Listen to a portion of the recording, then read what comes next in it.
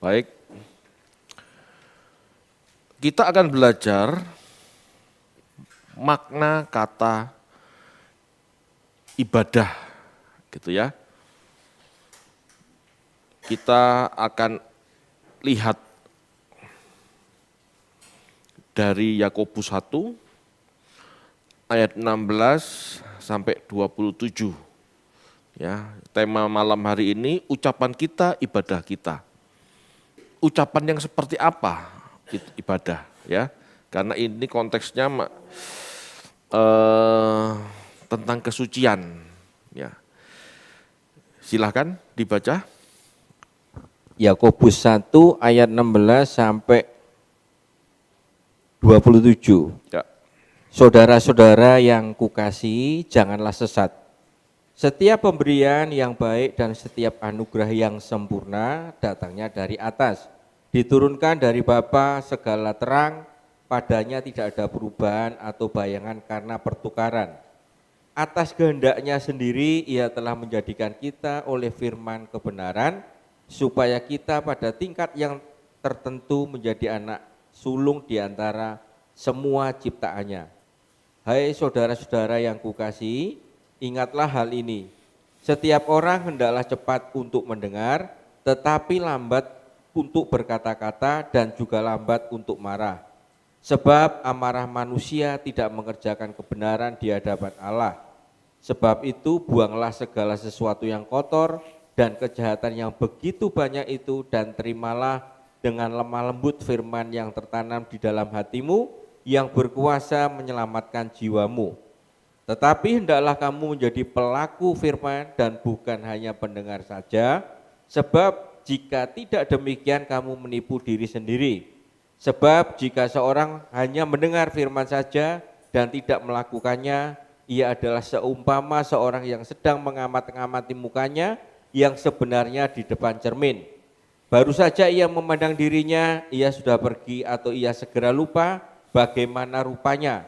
Tetapi barang siapa meneliti hukum yang sempurna, yaitu hukum yang memerdekakan orang, dan ia bertekun di dalamnya, jadi bukan hanya mendengar untuk melupakannya, tetapi sungguh-sungguh melakukannya, ia akan berbahagia oleh perbuatannya.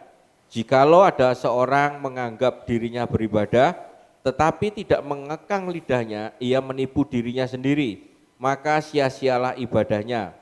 Ibadah yang murni dan yang tak bercacat di hadapan Allah Bapa kita ialah mengunjungi yatim piatu dan janda-janda dalam kesusahan mereka dan menjaga supaya dirinya sendiri tidak dicemarkan oleh dunia. Oke.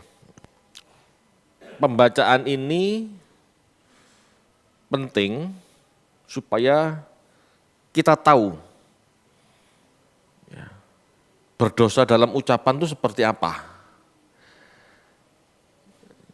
Karena banyak orang yang berpikir atau pendeta mengkhotbahkan, hati-hati sama mulutmu, hati-hati sama ucapanmu, ojo ngawur sembarangan. Kamu ngomong, mati aku, mati sungguhan. Apakah seperti itu? Lah gimana orang latah kalau kayak gitu? Paham ya? Jadi ucapan itu bukan sekedar ucapan, gitu ya. Copot, gitu, latah, gitu ya. Apakah ini yang disebut berdosa?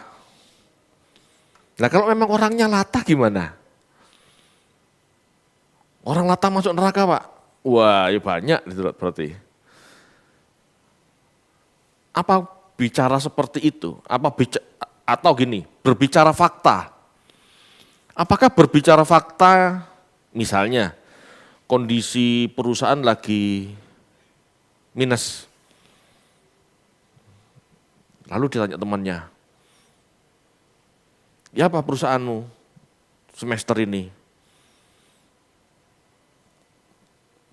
Untung atau rugi? Untung, padahal rugi. Masa kayak gitu? Pak, kita kan harus berkata positif. Apakah kalau perusahaan rugi lalu ditanya seseorang, misalnya ditanya istri atau ditanya rekan kerjanya. Oh untung kok, padahal neracanya mana? Neracanya mana? Ini. Katamu untung lah minus gini. Berkata positif bro, jangan sampai masuk kayak gitu. Paham maksudnya? Ini kan namanya menipu diri sendiri. Jadi kata positif itu bukan berkata sebaliknya dari kenyataan, bukan. Itu salah. Kalau berpikir seperti itu, kata-kata itu mengubah nasib, itu sihir. Ini namanya mantra, enggak seperti itu. Ya, karena di dalam pembahasan ada masalah ucapan. Ya, nah ini kita mau dengar, maksudnya apa? Ucapanmu, ibadahmu. Gitu ya. Salah di ucapan berarti berdosa. Apakah kalau kantor atau perusahaan rugi harus kita ngomong untung supaya untung atau supaya tidak berdosa? Kan tidak seperti itu. Ya. Berdosa di ucapan itu bukan mengingkari kenyataan. Ini banyak disalahpahami orang Kristen. Karena tidak ngerti membaca ayat, itu harus sesuai konteks gitu. Ya. Yakobus mengatakan kita jangan sampai tertipu, jangan sesat. Itu maksudnya jangan tertipu ya. Gitu maksudnya. Bahwa setiap pemberian dan hadiah yang baik berasal dari Bapa, sumber segala yang baik. Ya, Yakobus dan para rasul percaya Allah itu baik, dan dari diri Allah tidak keluar yang jahat. Allah itu baik, pasti keluar yang baik. Tidak mungkin dari Allah yang baik, sekarang keluar yang baik, besok yang jahat, besok lusa yang baik, besoknya lagi yang jahat. Tidak seperti itu. Ya. Allah itu tetap, dahulu, sekarang, dan sampai selamanya. Baik ya baik. Jangan sampai tertipu, maksudnya apa? Karena zaman itu banyak pengajaran-pengajaran palsu. Ya. Banyak pengajaran-pengajaran palsu. Banyak pengajaran-pengajaran yang salah. Ya. Ada yang berkata, dari Allah keluar apa yang baik dan yang jahat. Ingat itu pelajaran yang lalu? Di perjanjian lama ada muncul. Itu tidak diyakini para rasul. Itu tidak diyakini Tuhan Yesus. Yang diyakini Tuhan Yesus, yang diyakini para rasul, dari Allah keluar apa yang baik. Tidak pernah apa yang jahat. Gitu ya. Dan Allah tidak berubah. Ya, dulu baik, sekarang baik, selamanya juga baik. Berarti kalau ada kondisi yang tidak baik, masalahnya di mana? Di sudut pandang, cara memahami kita, sudut pandang, respon terhadap masalah itu menentukan. Gitu ya. Dia Allah yang baik. Ya. Dan selamanya Allah itu baik. Berdasarkan rencana Allah sendiri, Ia telah menjadikan kita oleh firman-Nya yang benar, supaya pada level yang telah ditetapkan Allah, menjadi yang sulung dari semua ciptaan. Berdasarkan rencana Allah, gitu ya. Berdasar rencana Allah sendiri, Ia Allah telah menjadikan kita oleh firman-Nya yang benar. Nah, firman-Nya yang benar ini logos aletheas, ini merujuk pada Yesus, firman dan kebenaran. Yesus sang firman dan Yesuslah kebenaran, gitu ya. Jadi Bapa ya berdasar rencananya sendiri menjadikan kita ya melalui Yesus supaya pada level tertentu yang sudah ditetapkan, gitu ya, menjadi yang sulung dari semua ciptaan.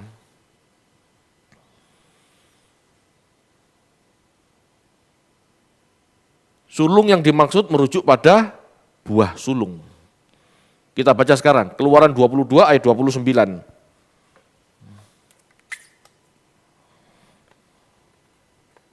Keluaran 22 ayat 29, janganlah lalai mempersembahkan hasil gandummu dan hasil anggurmu. Yang sulung dari anak-anakmu lelaki haruslah kau persembahkan kepadaku. Perjanjian Lama menyatakan dalam hukum Taurat, buah sulung itu harus yang baik. Ya, buah sulung itu yang terbaik dari sebuah panen gitu ya, untuk diberikan kepada Allah. Allah gitu ya, Allah Bapa punya rencana. Ya, Allah Bapa punya rencana menjadikan manusia gitu ya sebagai miliknya. Dan gitu ya, dan untuk umat percaya yang percaya Yesus untuk level tertentu itu sudah disetting. Settingannya seperti apa, Pak? Disetting untuk menjadi seperti Yesus. Disetting ini bukan langsung jadi gitu ya, tetapi diproses, dibentuk supaya menjadi seperti Yesus. Jangan heran kalau 12 murid, 11 murid gitu ya, Rasul Paulus, Yakobus termasuk, saudaranya Tuhan Yesus kan, hidupnya menderita semua sampai akhir hidupnya. Kenapa? Pada level tertentu mereka juga harus jadi yang sulung. Begitu juga dengan kita. Dan rencana Allah itu tetap. Ya. Pada mulanya Allah menciptakan manusia supaya menjadi segambar dan serupa. Nah, serupa inilah yang diinginkan Tuhan. Ya, serupa inilah yang diinginkan Tuhan. Dalam Injil, Tuhan pernah memberi pengerumpamaan bahwa Allah adalah pemilik kebun anggur dan Yesus adalah pengelolanya. Kita adalah pohon anggurnya. Kita dirawat, kita sedang dirawat oleh Tuhan gitu ya, agar berbuah lebat dan menjadi yang terbaik, yang pantas dinikmati oleh pemilik kebun, yaitu Bapak. Ingat khotbahnya Tuhan Yesus itu? Kita memang dirawat Bapak Ibu. Gereja ini adalah wadah, ladangnya Tuhan untuk merawat kita, memproses kita, membentuk kita menjadi seperti dirinya, seperti Yesus. Dan barang siapa yang mau taat, barang siapa yang mau hidup seperti Yesus hidup, dia akan menjadi apa? Buah-buah yang terutama juga. Gitu ya. Jika dikatakan Yesus adalah pokok anggur, ada perumpamaan lain kan? Yesus dikatakan pokok anggur. Jika dikatakan Yesus adalah pokok anggur, maka kita adalah ranting-rantingnya yang akan menghasilkan buah yang sama baik dengan pokok anggur. Pokok anggur ini Yesus, buahnya baik dinikmati Bapa. Kalau kita melekat pada Yesus, kita menyerap kebenaran firman-Nya, maka kita berbuah yang sama seperti yang Yesus hasilkan. Paham ya maksudnya ya? Ini rancangan Allah sejak semula. Ya. Gereja adalah kebun anggurnya. Suatu saat Tuhan akan memetik buah-buah dari kita dan dipersembahkan kepada Bapa. Masalahnya, apakah benar buah kita bisa dinikmati Bapa? Ya. Bisa, jika memang buah kita sama seperti buah yang dihasilkan Tuhan Yesus. Kalau tidak bisa. Ya. Yesus yang sulung, dikatakan kita juga jadi yang sulung. Lah kok bisa sulung banyak Pak? Yesus menjadi yang sulung, itu yang pertama, manusia pertama yang serupa dengan Allah. kita diharap juga punya buah-buah yang sama seperti Yesus. Berarti kita juga punya buah-buah yang baik, yang utama. Kita punya buah-buah yang utama seperti milik Yesus yang sulung. Jadi sulung di sini pengertiannya bukan saja pertama, Yesus karena Yesus yang pertama, tetapi bisa juga yang terutama, buahnya yang terbaik. Tuhan mau buah terbaik. Tuhan mau orang-orang percaya gitu ya, menjadi buah yang baik yang bisa dinikmati. Buah yang sama seperti yang Tuhan Yesus hasilkan. Rencana Allah ini tidak berubah Bapak Ibu. Rencana ini tidak berubah. Jadi kalau para rasul, pengikut Kristus mula-mula teraniaya, maka gitu ya, orang-orang percaya di segala abad, mulai abad pertama sampai abad 21, percobaannya atau ujiannya sama. Ujiannya sama. Gitu ya.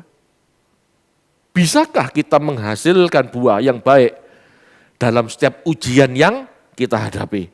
Kan gitu. Ya.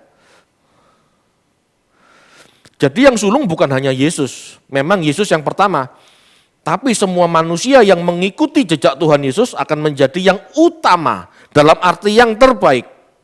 Artinya berkodrat ilahi, sama seperti Yesus berkodrat ilahi, yaitu segambar dan serupa Allah, dalam arti sekualitas Allah dalam kesucian. Ya. Serupa Allah ini bukan berarti sakti mandraguna seperti Allah, tidak. Ya, ini Yakobus kan ngomong masalah kesucian hidup. Kalau Anda dengarkan 1-2 khotbah saya sebelum ini kan ngomong soal kesucian. Ya, ngomong soal kesucian. Bertahanlah, kuatkan hatimu, jangan jatuh, kan gitu ya. Itu supaya kita tetap melakukan kebenaran firman, gitu ya. Ini ngomong kesucian, ya. Kita harus perhatikan konteks bahwa Yakobus sedang membahas kesucian. Di ayat-ayat sebelumnya dijelaskan bahwa Yakobus menyarankan agar jemaat tetap bisa merasakan damai sejahtera meskipun ada dalam berbagai macam pencobaan. Sukacita kita tidak boleh dipengaruhi oleh materi. Tidak boleh dipengaruhi oleh keadaan. Zaman itu orang-orang percaya dianiaya, kehilangan materi, hidup kadang-kadang terlunta-lunta, dipinggirkan, dianggap sesat. Jangan hilang damai sejahteramu. Jangan ngomel. Kalau kamu sampai misalnya makan sederhana, enggak punya penghasilan, karena misalnya dipecat gara-gara dianggap pemberontak atau dianggap Yahudi sesat gitu kan. Jangan tawar hati, akhirnya ngomel. Kalau kamu ngomel, bersungut-sungut, itu tidak suci artinya. Jadi dosa ucapan itu ujung-ujungnya gitu ya, tidak bisa mengucap syukur. Gitu ya. Sukacita kita tidak boleh dipengaruhi oleh materi atau keadaan. Kejatuhan manusia dalam dosa selalu karena keinginannya sendiri. Manusia tergoda, terpesona oleh nafsunya sendiri. Ingin kaya, ingin sukses. Kalau enggak kaya, kalau tidak sukses, menggerutu. Gitu ya. Tetapi jika kita menuruti nafsu itu, dipuaskan gitu ya, oh, aku ingin sukses, gimana pun caranya aku ingin sukses. Menjegal temannya, memfitnah, gitu ya, mencelakai, kepingin kaya, korupsi. Jika nafsu itu dituruti, lahirlah dosa, disitulah dia jatuh. Gitu ya. Tetapi seandainya kita tidak punya keinginan duniawi itu, kita bisa mengendalikan diri kita, yang penting ada makanan, pakaian cukup. Yang penting aku menjaga hidupku kudus, jangan sampai aku mencuri, jangan sampai aku korupsi, jangan sampai aku menjatuhkan orang lain, aku hidup benar. Fokusku hidup suci. Maka orang seperti ini tidak akan jatuh. Kenapa? Karena dia bertahan. Dia mengerti bahwa ini adalah ujian. Ini ujian buat aku. Aku tidak sukses karir tidak apa-apa. Aku tidak jadi kaya raya tidak masalah. Aku dianiaya bagaimanapun tidak ada masalah. Karena ini ujian buat aku tidak boleh goyah. Ya, tidak boleh goyah sampai aku melakukan dosa. Termasuk dosa ucapan, jangan sampai ngomel. Ikut Tuhan kok susah ya? Tuhan iki ono apa gak? Nah gitu ya. Tuhan ini ada apa enggak? Kenapa Tuhan izinkan ini? Tuhan kejam. Menuduh Tuhan, bersungut-sungut, ngomel. Ini dosa. Mungkin tidak membunuh, mungkin tidak korupsi, tetapi ngomel, ini dosa. Ini dosa di ucapan. Sebetulnya masalahnya bukan di ucapannya, karena pengertiannya salah. Karena tidak punya pengertian yang tepat. Akhirnya dia ngomel. Tapi kalau dia tahu, ini ujian. Aku harus melalui ini supaya apa? Supaya teruji imanku. Supaya Tuhan bisa melihat, supaya Bapak bisa melihat bahwa aku menerima ini dengan rela.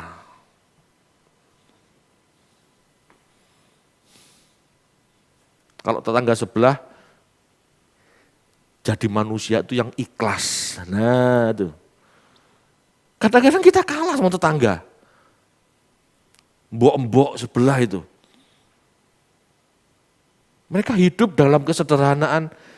Gak popo Pak, diparingi Gusti. Segini ya wis mengucap syukur, gak usah ngersulo. Dikasih Tuhan segini ya sudah mengucap syukur, gak usah ngomel. Ikhlas aja hidup. Itu loh maksudnya. Orang Kristen kan enggak. Orang Kristen ngomel. Bahkan sampai ngeklaim Tuhan. Ini contoh kurang ajar. Bapak Ibu, ini loh yang disebut dosa.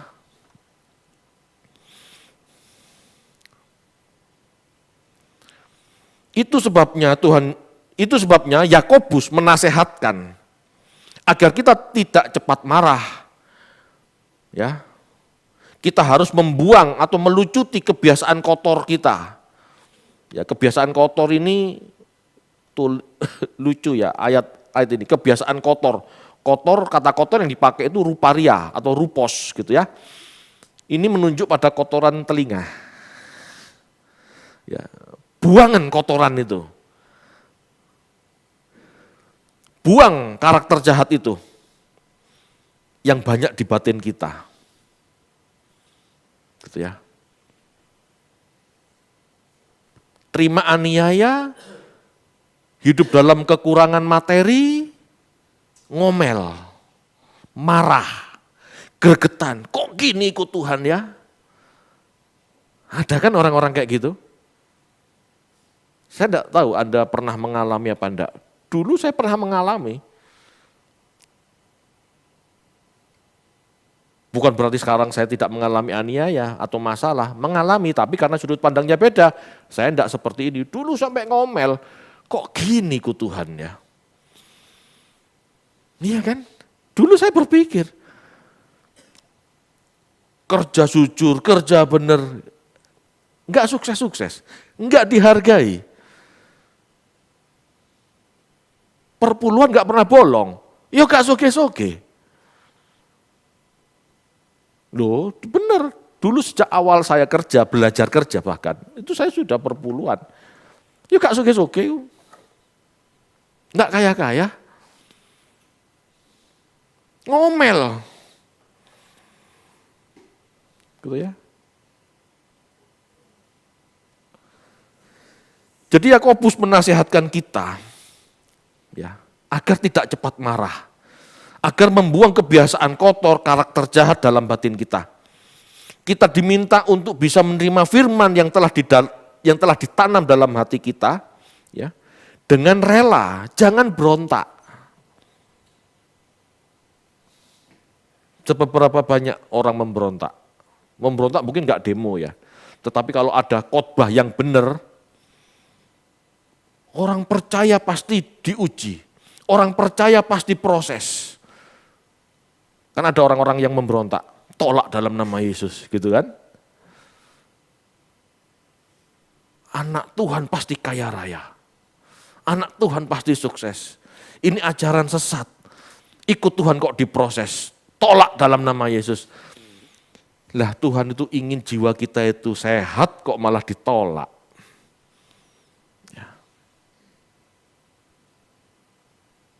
Tuhan tuh ingin jiwa kita itu tertaut pada Tuhan. Tidak tertaut pada materi. Makanya dikasih ujian. Materinya diambil. Bisa enggak kita nerimo? Bisa enggak kita ikhlas? Supaya hati kita tidak tergantung pada materi. Bergantunglah pada Allah. Loh kok malah ditolak? Berarti kan orang itu lebih senang melekat dengan materi daripada melekat sama Allah. Paham maksudnya sampai sini? Kita diminta untuk menerima firman yang telah ditanam dalam hati kita. Jangan memberontak. Rela menghidupinya meski terasa tidak adil. Sebab proses hidup yang kelihatannya tidak adil inilah yang menyelamatkan jiwa kita. Menyelamatkan jiwa kita. Jiwa adalah entitas atau warna kita. Yakobus mengingatkan kan di pasal 4 ayat 4 sampai 5 kan supaya kita tidak bersahabat dengan dunia. Allah cemburu kalau kita mencintai dunia.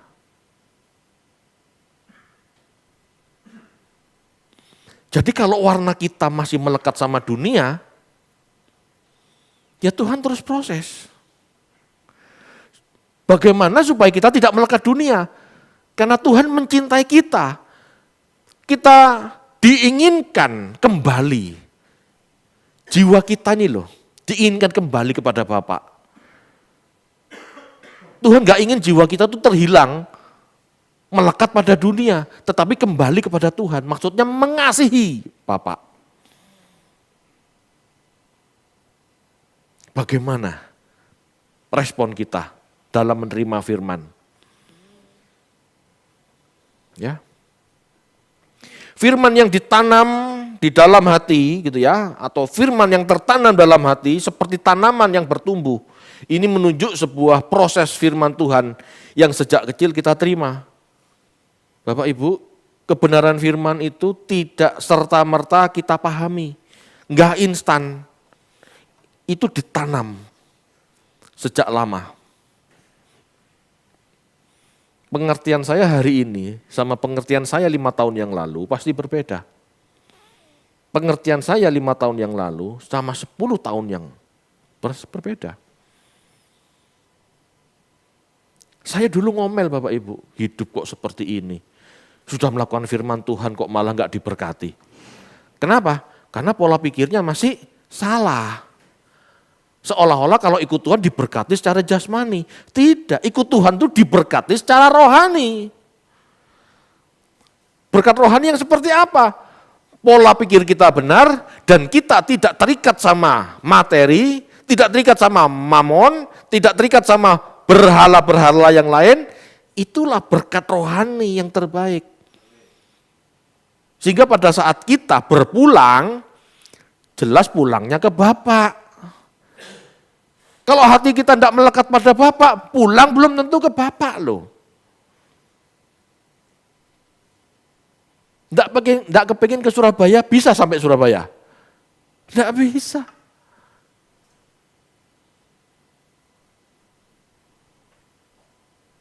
Paham maksudnya ya? Nggak cinta sama pacarnya, bisa sampai rumah pacarnya. Nggak bisa, kakek alasan.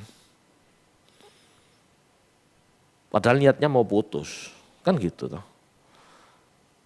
Ini contoh saja Bapak Ibu. Kalau memang cinta sama pacarnya, sama kekasihnya, nggak diminta ya datang, belum wayane, ya, belum waktunya kunjungan pacar, udah datang duluan. Itu hati yang mencintai. Tetapi kalau kita nggak paham cara Allah membentuk jiwa supaya kita melirik Dia, supaya kita tertambat pada Bapak, kita ngomel, Bapak kok jahat ya? Loh ini enggak jahat. Ini demi kebaikanmu supaya kamu pulang ketemu aku, supaya kamu enggak binasa. Itu loh maksudnya.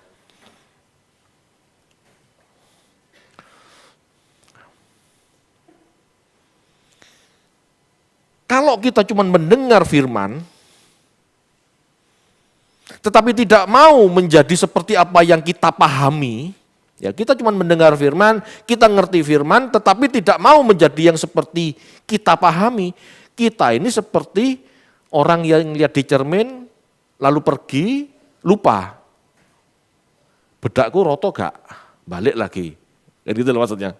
Paham ya? Terutama ibu-ibu, halo? Kok sih gak jelas ya? Ya, di sini enggak ada.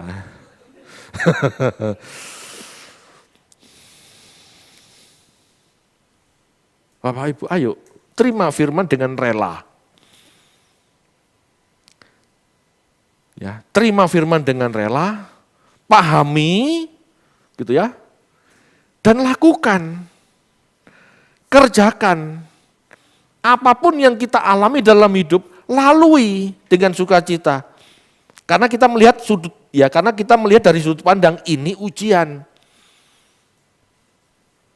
Bersyukurlah pada saat kita mengalami ujian. Karena disitulah batin kita dibentuk. Karakter kita dibentuk. Jangan ngomel. Jangan lari dari ujian. Gitu ya.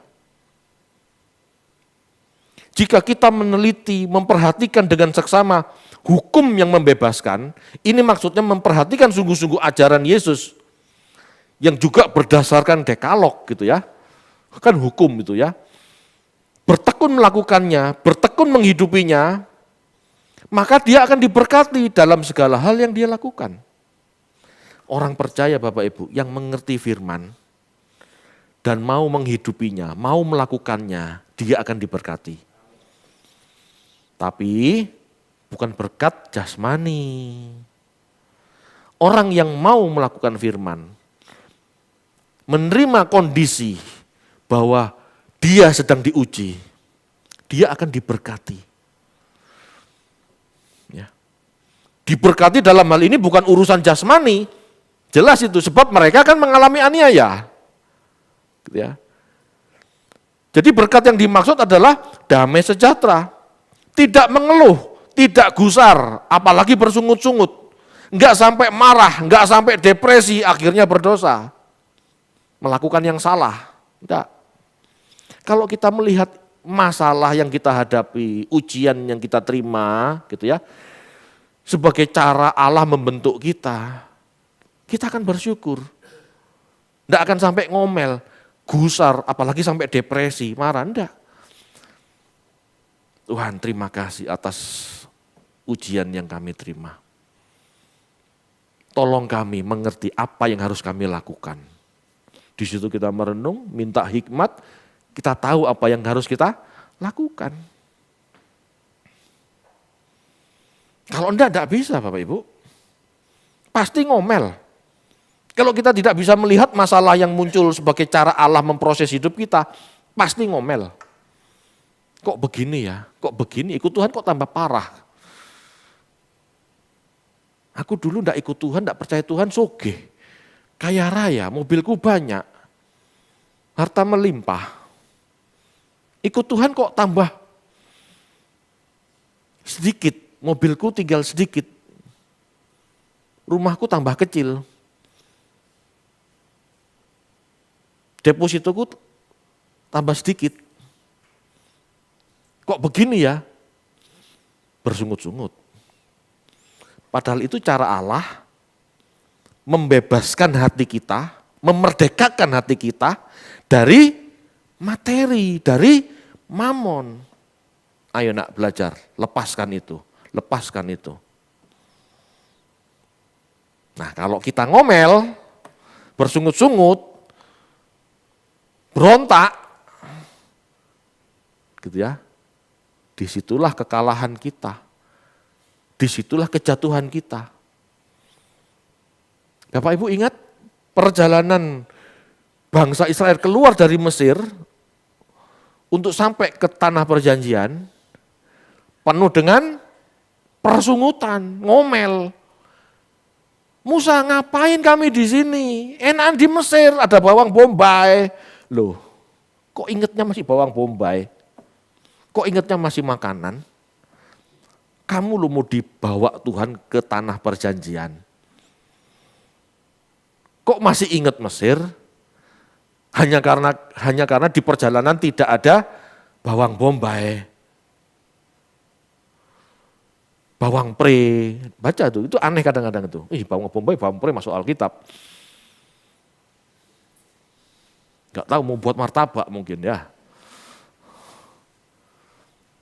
Tetapi itu kenyataannya dan mereka dibinasakan Tuhan loh. Tidak ada yang masuk tanah perjanjian kecuali Yosua dan Kaleb. Kenapa? Jiwanya berbeda. Dia tahu rencana Allah. Dia mau mengerti rencana Allah mendidik umatnya. Kalau kita tidak mau percaya rencana Allah mendidik kita, dan kita ngomel terus karena kita, tanda kutip, tidak diberkati jasmani, kita binasa Bapak Ibu. Bukan karena ucapannya, ngomelnya sebetulnya ya. Karena ucapan ini kan keluar dari hati, itu loh maksudnya. Kamu gak bisa menerima firman Tuhan, kamu menolak firman, itu loh menolak firman. Bersungut-sungut, tidak bisa menerima karya Allah dalam kita untuk memperbaiki jiwa kita, itu menolak keselamatan sebetulnya. Itu binasa akhirnya. Jadi dosanya bukan di ucapan latahnya. Copot-copot, mati aku, mati beneran loh. Loh ini latah, bukan itu. Tetapi kita ngomel, gak bisa mengucap syukur. Dalam ujian yang ada, ini kita bisa binasa. Seperti orang Israel binasa.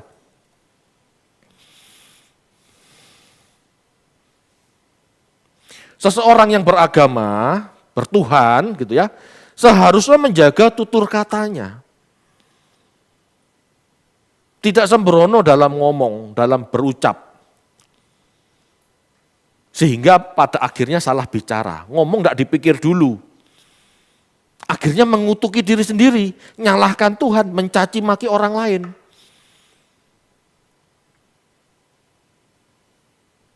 Aku saja ini gak gelem ngomel Pak, aku sebetulnya tidak mau bersungut-sungut Pak. Tetapi dia itu kurang ajar Pak, harusnya cairnya segini, cairnya lebih sedikit Pak. Dasar itu orang kurang ajar, marah, gak terima. Gitu ya. Ini loh yang dikatakan percuma kamu beribadah. Percuma kamu di gereja memuji Tuhan. Haleluya, nyanyi, engkaulah segalanya. Tetapi duit kekurangan sedikit, duit gak cair sedikit, ngomel, marah, dengki, gak bisa mengampuni. Gimana?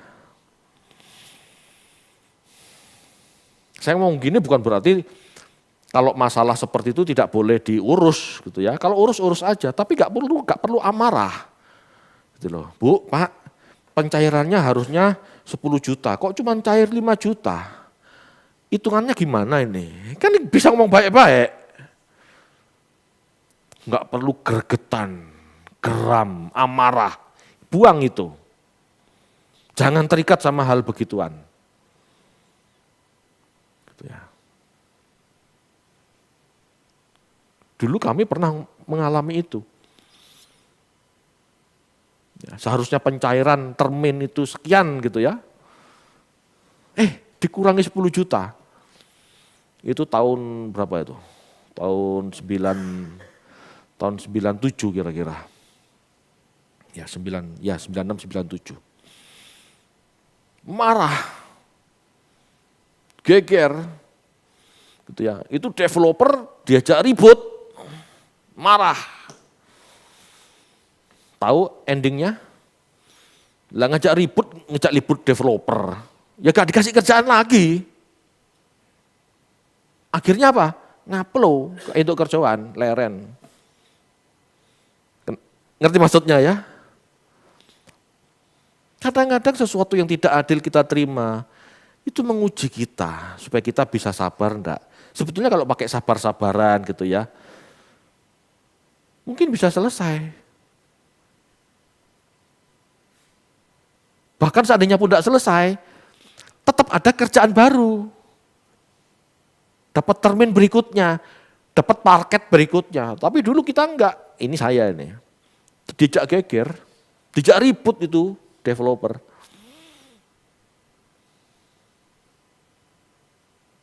Dijak marah-marah, seandainya pun kita menang gitu ya. Uang 10 jutanya cair, kira-kira dikasih paket kerjaan lagi? Enggak kira, wis males aku. Ribut.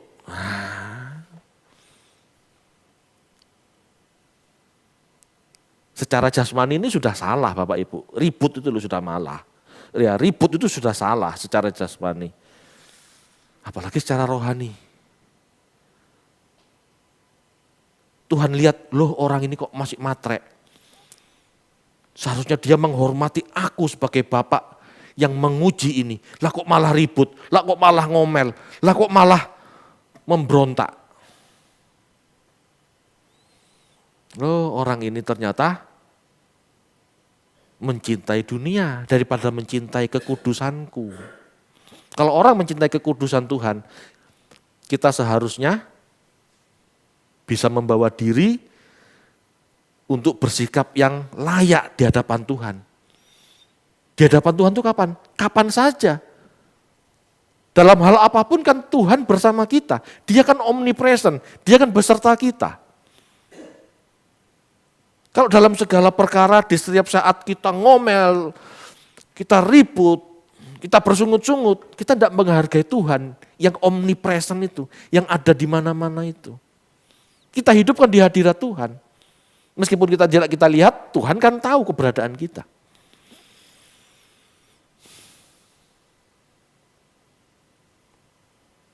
Kalau orang mengerti ini Bapak Ibu, tidak akan ngomel.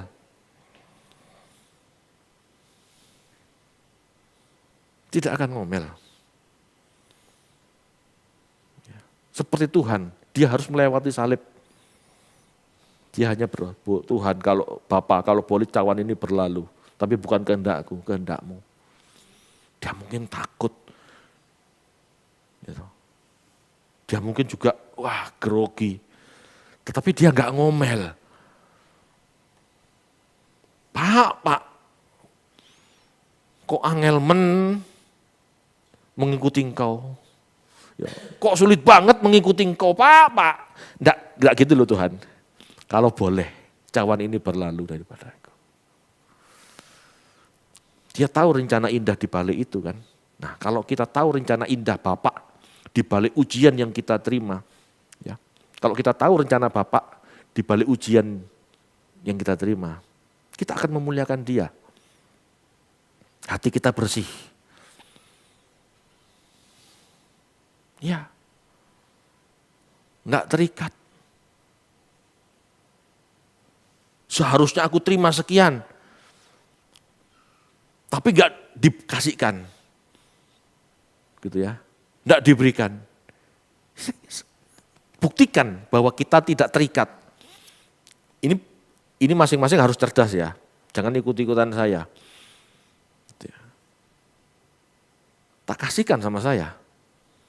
Tak persembahkan. Aku mau membuktikan aku tidak terikat. Kadang-kadang kan saya diuji gitu ya. Saya terima PK, saya terima persembahan. Kadang-kadang enggak tak ambil, tak salurkan ke pendeta yang kekurangan. Enggak disuruh siapapun. Ini kesadaran saya. Ini gini loh.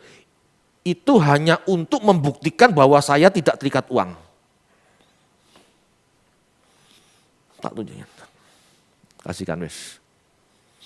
Untuk yang lebih membutuhkan.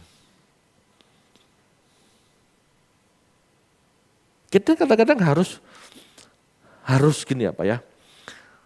Harus menguji, harus melihat sampai di mana jiwa kita. Kira-kira kalau aku kehilangan uang segini, damai sejahtera aku hilang enggak? Kalau damai sejahtera itu sampai hilang, berarti kita masih terikat.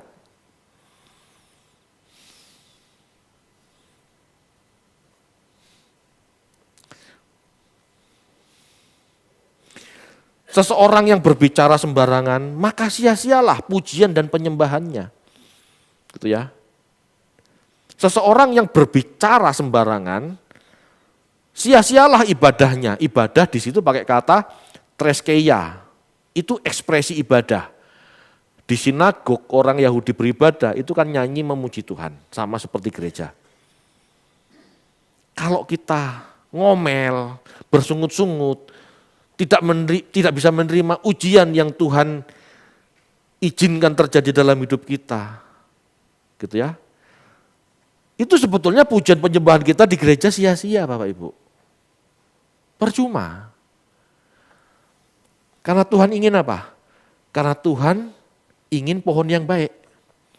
Seperti Bapa yang baik, ya, seperti Allah yang baik, Bapa yang baik, dari mulutnya keluar yang baik saja. Bukan yang baik dan yang jahat. Begitu juga Allah menginginkan kita sebagai pohon menghasilkan yang baik saja. Bukan sekali-sekali baik, sekali-sekali kecut, sekali-sekali gak enak gitu ya. Tidak seperti itu.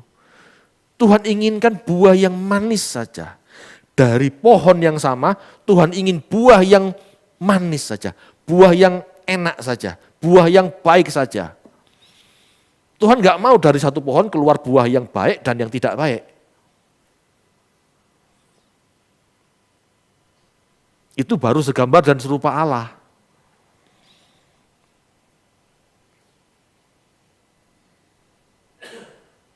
Jadi bukan masalah kata-kata yang keluar dari mulut ya. Dari hatinya. Kalau ucapan persungutan gitu ya, keluar dari mulut kita itu dari hati, itu bermasalah, itu dosa. Kalau orang latah itu kan tidak dari hati, wong itu latah ya, penyakit itu kan. Bukan itu maksudnya. Kalau persungutan kita tiap hari ngomel, kok gini ya hidup, kok begini ya, kok gak diberkati-berkati ya, kok gak pulih-pulih ya.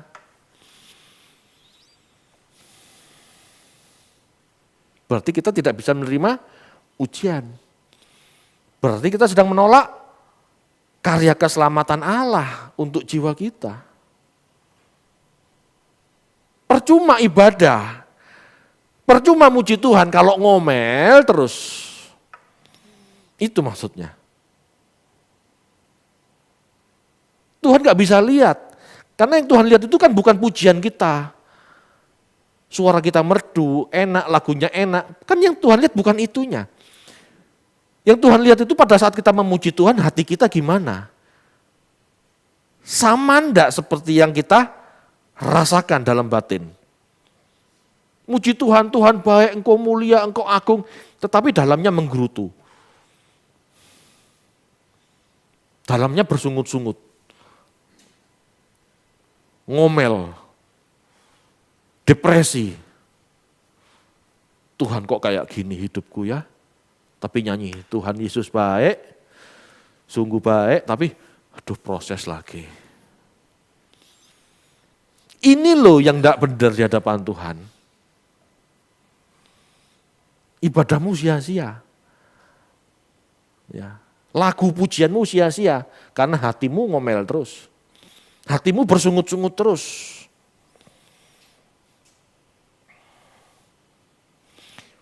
Seharusnya tidak bisa. Ya, seharusnya tidak bisa dari satu pohon muncul dua buah yang berbeda. Seharusnya pohon mangga manis, ya manis terus. Masuk pohon mangga satu sekali manis, yang itu kecut gitu ya.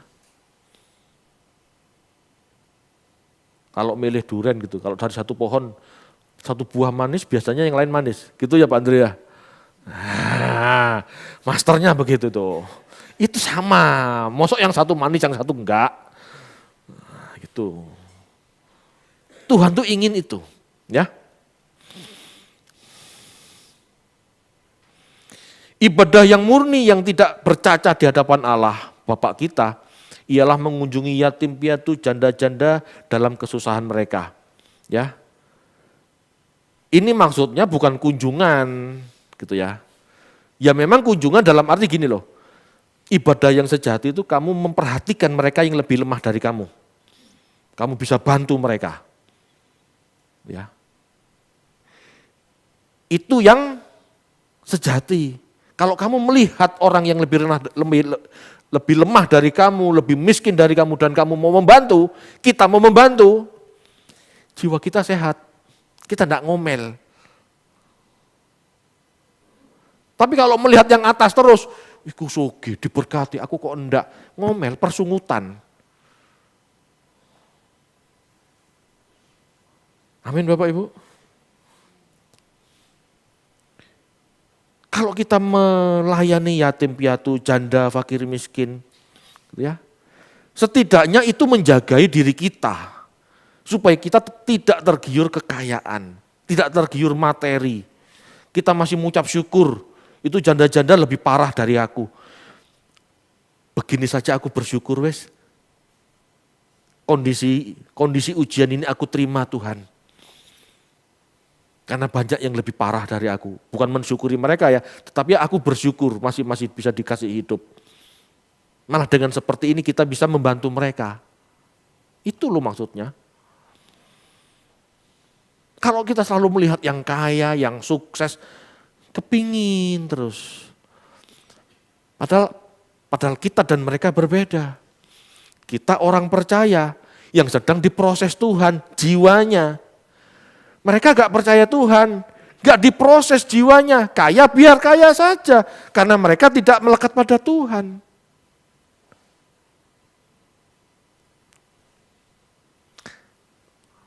Langkah orang benar ditetapkan oleh Tuhan.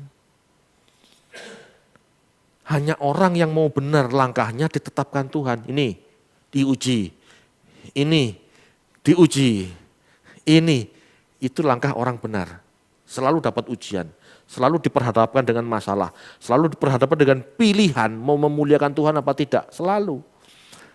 Kalau orang tidak mau benar dan bukan niat jadi benar, ya memang dibiarin sama Tuhan, memang tidak akan diproses. Buat apa? Wong memang tidak mau jadi benar kok.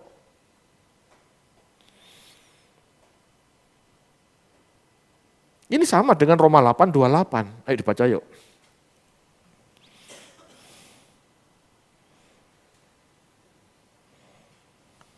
Roma 8 ayat 28, kita tahu sekarang bahwa Allah turut bekerja dalam segala hal untuk mendatangkan kebaikan bagi mereka yang mengasihi Dia, yaitu bagi mereka yang terpanggil sesuai dengan rencana Allah. Ya. Tuhan ikut campur tangan dalam hidup orang yang mengasihi, yang tidak mengasihi, ya tidak campur tangan. Ya buat apa? Buat apa? Makanya kalau Anda lihat orang dunia bisa lebih sukses, ya karena mereka tidak mengasihi Tuhan. Tetapi bagi yang mengasihi Tuhan, yang mau kembali pulang ke rumah Bapak, pasti diproses. Jiwanya harus benar dulu, dia harus menghidupi firman, dia harus benar-benar kudus supaya layak bersekutu dengan Bapak di sorga. Pasti diproses. Pak, tapi saya lihat ada orang kaya, orang cinta Tuhan kaya raya. Loh, kan Anda tidak mengerti proses hidupnya. Yang mengerti prosesnya kan orang itu sendiri. Bahkan seandainya pun orang itu adem ayem, diam saja, adem ayem, tidak ada ujian kelihatannya, dia harus mencari ujiannya sendiri. Dia harus bertanya, Tuhan apa yang harus aku lakukan? Kan setiap orang kan diajak Tuhan untuk pikul salib, untuk menyangkal diri. Nah seharusnya dia berpikir, apa yang harus aku pikul? Apa yang harus sangkali? Meskipun kelihatannya tidak ada masalah, dia harus cari masalah. Untuk menguji. Ya seperti saya nggak pernah disuruh untuk ngasih ke orang. Tetapi saya saat terima PK, ada suara, buktikan kalau kamu tidak mengasihi uang. Kasihkan ke hamba Tuhan yang membutuhkan. Kasih. Tidak ada masalah saya. Tetapi suruh kasih. Kan belum tentu PK yang saya terima harus untuk anak dan istri saya yang terima. Tidak harus. Dapat PK dari Tuhan, tanya, untuk apa ini Tuhan? Harus begitu Bapak Ibu. Ujilah diri kita sendiri. Aku matre enggak ya? Perlu Bapak Ibu. Ya. Dengan menyadari bahwa ibadah adalah segenap hidup, ya. Dengan menyadari bahwa ibadah adalah segenap hidup, itu berarti termasuk ucapan kita adalah ibadah.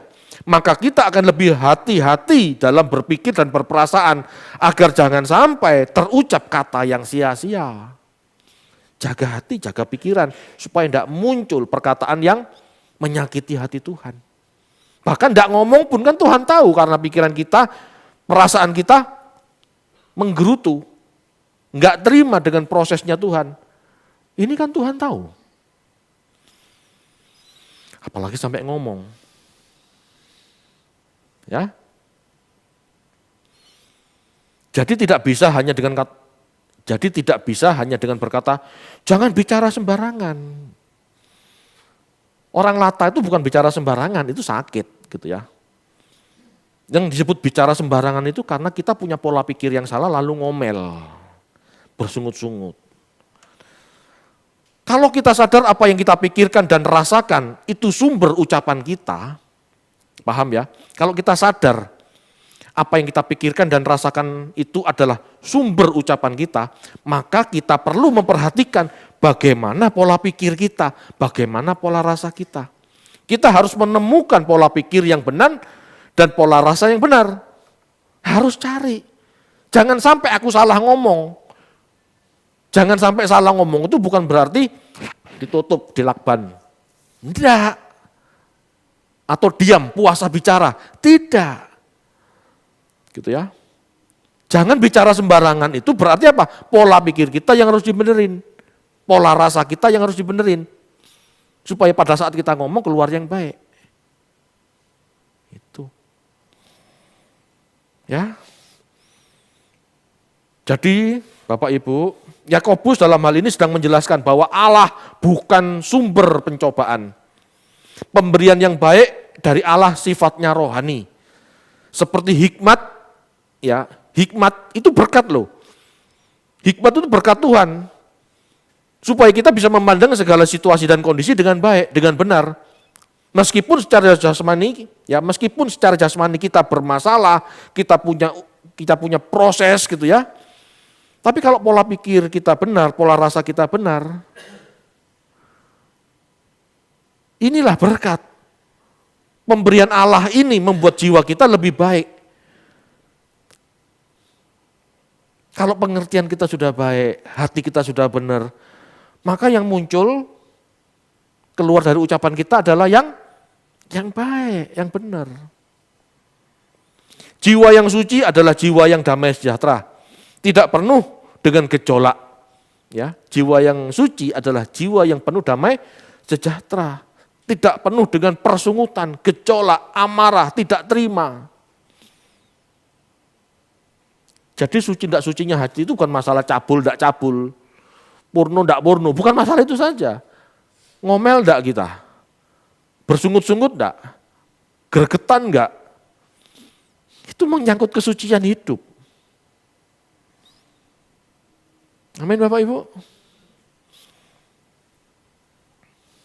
Beragama yang benar adalah tidak membiarkan dari mulut yang satu memuji Tuhan dan dari mulut yang sama keluar caci maki, keluar persungutan.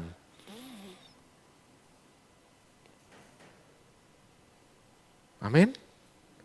Beragama yang baik adalah beragama yang memuliakan Allah. Hidup kita memuliakan Allah, bertindak benar dan ucapan kita pun benar. Sesuai dengan pikiran perasaan Kristus. Tidak ada Kristus ngomel. Amarah, ngerundel, ngerutu. Ya, tidak ada seperti itu. Ayo kita belajar. Bertuhan yang benar. Itu kata lebih tepat sebetulnya daripada beragama. Bertuhan yang benar yuk. Ucapan kita jaga. Ya, dengan cara memiliki pola pikir yang benar, pola rasa yang benar. Amin. Mari kita tutup dalam doa.